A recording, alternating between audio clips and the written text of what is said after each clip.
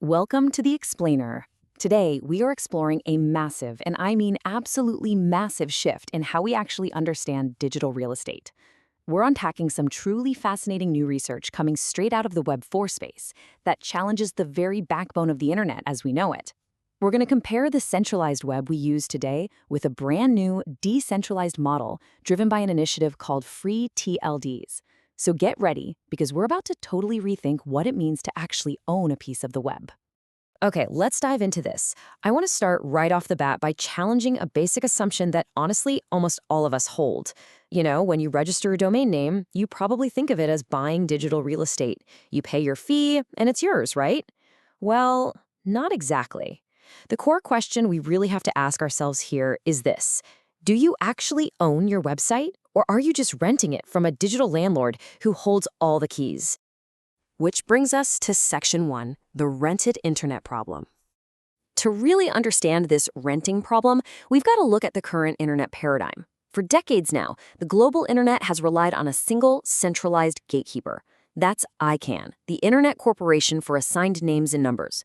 It's actually kind of wild to think about, but literally every single .com, .org, and country code domain you have ever visited exists because of this one centralized directory.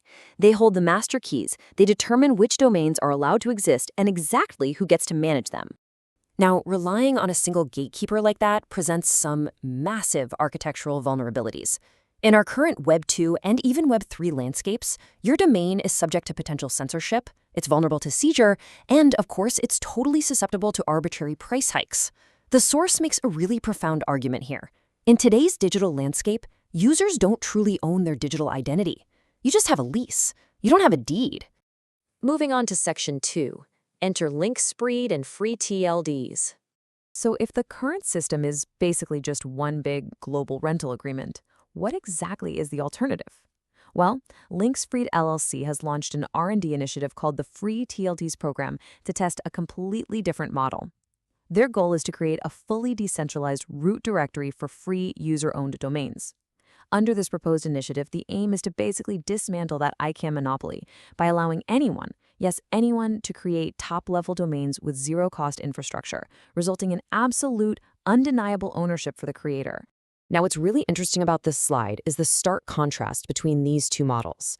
On one side, you have the centralized Web 2 and Web 3 renting model. That means relying on a centralized landlord, dealing with limited approved TLDs, and constantly accepting the ongoing risks of censorship. But on the other side, the decentralized Web 4 model focuses entirely on owning. In this proposed framework, you aren't asking for permission to build a storefront in someone else's mall. You are literally claiming your own sovereign land, settling a free digital frontier with infinite custom creation capabilities. That takes us to Section 3, LNS, Infinite Domain Freedom. So how do you actually build this sovereign land? Well, the foundational piece of technology making this architectural shift possible is LNS, or the LINKSPREED name service. The source material actually calls this the infinite name service, which I love. See, while the traditional internet relies on DNS, which acts kind of like a rigid, centralized phonebook, LNS breaks those rules entirely. It utilizes a peer-to-peer Web 4 protocol, bypassing centralized servers altogether for a completely new way of naming and locating data. And because LNS isn't bound by those centralized rules, the traditional restrictions on domain extensions just disappear. You aren't forced to pick from a pre-approved list of .coms or .nets anymore. Users are granted infinite creative freedom. You can create custom top-level domains that perfectly match your name, your brand, your community, or, get this, you can even use emojis. Imagine just typing your brand .rockets into a browser. The possibilities for your digital identities suddenly become completely limitless. But of course, true creative freedom requires security, and this is where the UID, or Universal Digital Identity, comes into play. When you combine a custom LNS domain with a user's UID, it transforms from a simple web address into a permanent, uncensorable cryptographic anchor. It becomes locked directly to the creator's unique digital identity. It belongs solely to you, totally safeguarding it from any outside seizure or interference. Moving right along into Section 4, HELION, routing Web 4 safely. Now, if you're technically minded, you are probably asking the logical question here.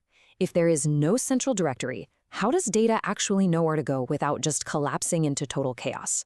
Well, that brings us to HELION. Operating within the fourth layer of the Web4 protocol stack, HELION is the critical routing engine. It's the vital architectural component that solves that ultimate technical challenge of decentralized routing, acting as an invisible traffic controller for the entire network. Let's move to and see how this builds in a real-world scenario. We'll systematically walk right through it. First, a user types in a custom Web4 URL utilizing one of these new FreeTLDs. Then, instead of pinging a centralized DNS server, HELION instantly and dynamically manages the routing across the peer-to-peer network. Finally, the data packets navigate those decentralized nodes to find their exact destination. It's incredibly fast, it's secure, and it entirely bypasses those traditional DNS middlemen. And finally, Section 5, the sovereign digital frontier. So, what does this all mean for us economically? Bringing our real estate metaphor to its natural conclusion, shifting the power of domain creation away from a centralized monopoly and directly back to the individual establishes what the research calls a farm and spend community economy. It's a fundamentally new type of internet economy. In plain terms, you cultivate value on your own digital property. Data sovereignty isn't just a premium feature here, it is the default. You control the land, you control the data, and you control the value generated upon it. And this brilliantly illustrates the entire philosophy behind the initiative, perfectly summarized in a single quote from the research. The Internet of tomorrow will not be built on rented land. Wow, it's a powerful visionary statement that perfectly encapsulates the ultimate goal of the FreeTLDs program, moving us from an Internet of digital tenants to an Internet of digital sovereign owners. We've really covered a lot of ground today, right? From the glaring limitations of our current rented internet to the incredible possibilities of infinite naming and peer-to-peer routing. The architecture of the web is clearly evolving towards a space that prioritizes your ultimate control. So I want to leave you with a provocative thought as you navigate the web today. If we are truly moving into a free, infinite, and completely user-owned digital frontier, what will your custom TLD be? Thanks so much for joining me on this explainer, and keep exploring.